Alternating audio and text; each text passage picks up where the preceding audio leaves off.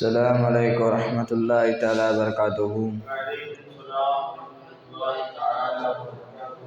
إن الحمد نحمده ونصلي على رسول الكريم. أما بعد فقد قال الله تعالى في القرآن الكريم. السلام عليكم. بسم الله الرحمن الرحيم. واتقوا الله لعلكم تفلحون. صدق الله العليم. قال محمد رسول الله صلى الله عليه وسلم أوصيكم بتقوى الله. صدق رسول صلى الله عليه وسلم. அல்லாஹ்வின் பெயரால் அல்லாஹ் நம்மை முஸ்லிமாக்க அந்த அல்லாஹ்வுக்கு எல்லா புகழும் அல்ஹம்துலில்லாஹ். மேலும் நாயகம் ரசூல் ஸல்லல்லாஹு அலைஹி வஸல்லம் அவர்களின் அருள் நிறைந்த உம்மத்தாக ஆக்கி வைத்தான். அந்த அல்லாஹ்வுக்கு எல்லா புகழும் அல்ஹம்துலில்லாஹ் அல்ஹம்துலில்லாஹ் அல்ஹம்துலில்லாஹ்.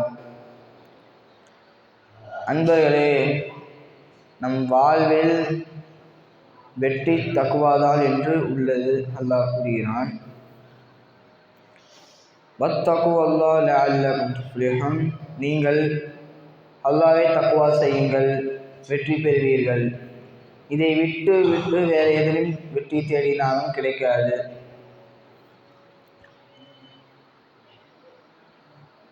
உமர் ரலியல்லாஹு அவர்கள் தக்குவாக்காண்டி எவ்வளோ பாடப்பட்டார்களோ சம்பவம்.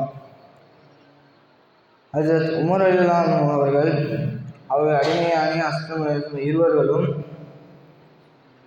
ஒரு ஹர்ரா என்ற நாட்டிற்கு சென்றார்கள். சென்று கொண்டிருக்கும் போது காட்டு வழியால் அங்கே காடு இருக்கும், காட்டு வழியாக போயிட்டு இருக்குவாங்க. ஒரு இடத்தில் மட்டும் நெருப்பு எதுவும் பார்த்தார்கள். வெளிச்சத்தை பார்த்த உமர் ரலியல்லாஹு கூறினார்கள், யாரோ இங்கே பயணிகள் வந்திருக்கலாம். இரவு நேரம் ஆகிவிட்டனால் ஊருக்கு செல்ல முடியாமல் இங்கேயே வெளியே தூங்கிவிட்டார்கள் போல என்று உமர் கூறினார்கள். அப்போது சொன்னார்கள், அங்கு போய் அவர்களுக்கு பாதுகாப்புக்கான ஏற்பாடுகளை செஞ்சுட்டு வருவோம் என்று கூறினார்கள். அந்த இடத்திற்கு போய் கொண்டிருக்கும் ஒரு பெண்மணி சுற்றி சில குழந்தைகள் அழுது கொண்டிருந்தார்கள். போயிட்டு இருக்கும்போது நெருப்பு எரிந்து கொண்டிருக்க அடுப்பின் மீது பாத்திரத்தில் தண்ணீர் இருக்கிறது. அதுவும் பார்க்குறாங்க உமர் ரலியல்லாஹு. பார்த்தா பெண்மணிகிட்ட சலாம் கூறினார்கள். அப்பெண்மணி அருகில் செல்வதற்கு அனுமதி பெற்று கொண்டார்கள். பெண்மணி கேட்டார்கள், ஏன் இந்த குழந்தைகள் அழுகிறது?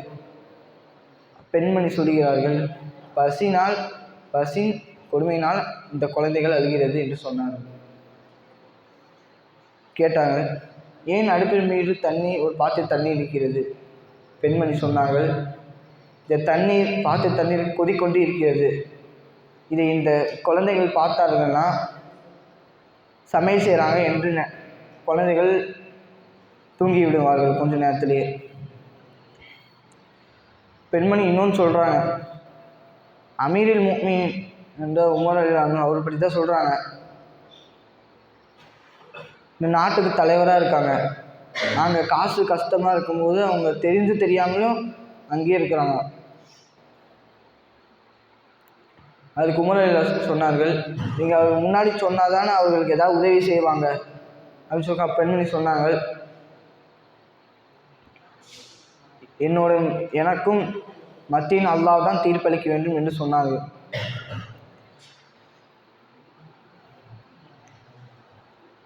அஸ்தமில் சொல்கிறாங்க,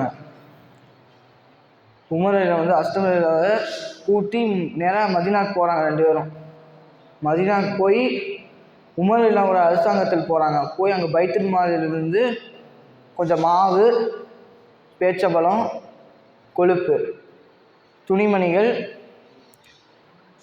திரகங்கள் இது எல்லாம் ஒரு சாக்கு மூட்டையில் போட்டு நிமித்துறாங்க. நிமித்தி அஸ்தமில்கிட்ட சொல்கிறாங்க, உமரில் இந்த மூட்டையை தூக்கி என் தோல் மீது வைங்கன்னு.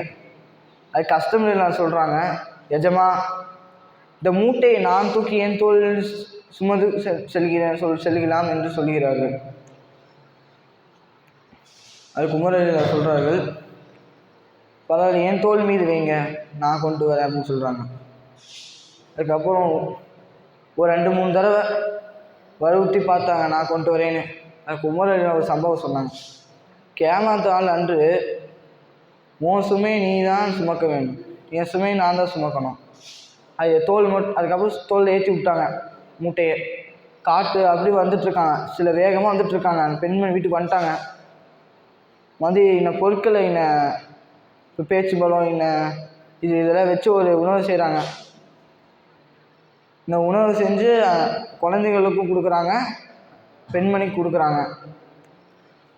கொடுத்து அப்புறம் பெண்மணி சொன்னாங்க, துவா செய்கிறாங்க. அந்த கலீஃபா உமருடைய அவருக்கு பதிலாக நீயே கலீஃபா போட்டிருக்கலாம் என்று சொல்கிறாங்க.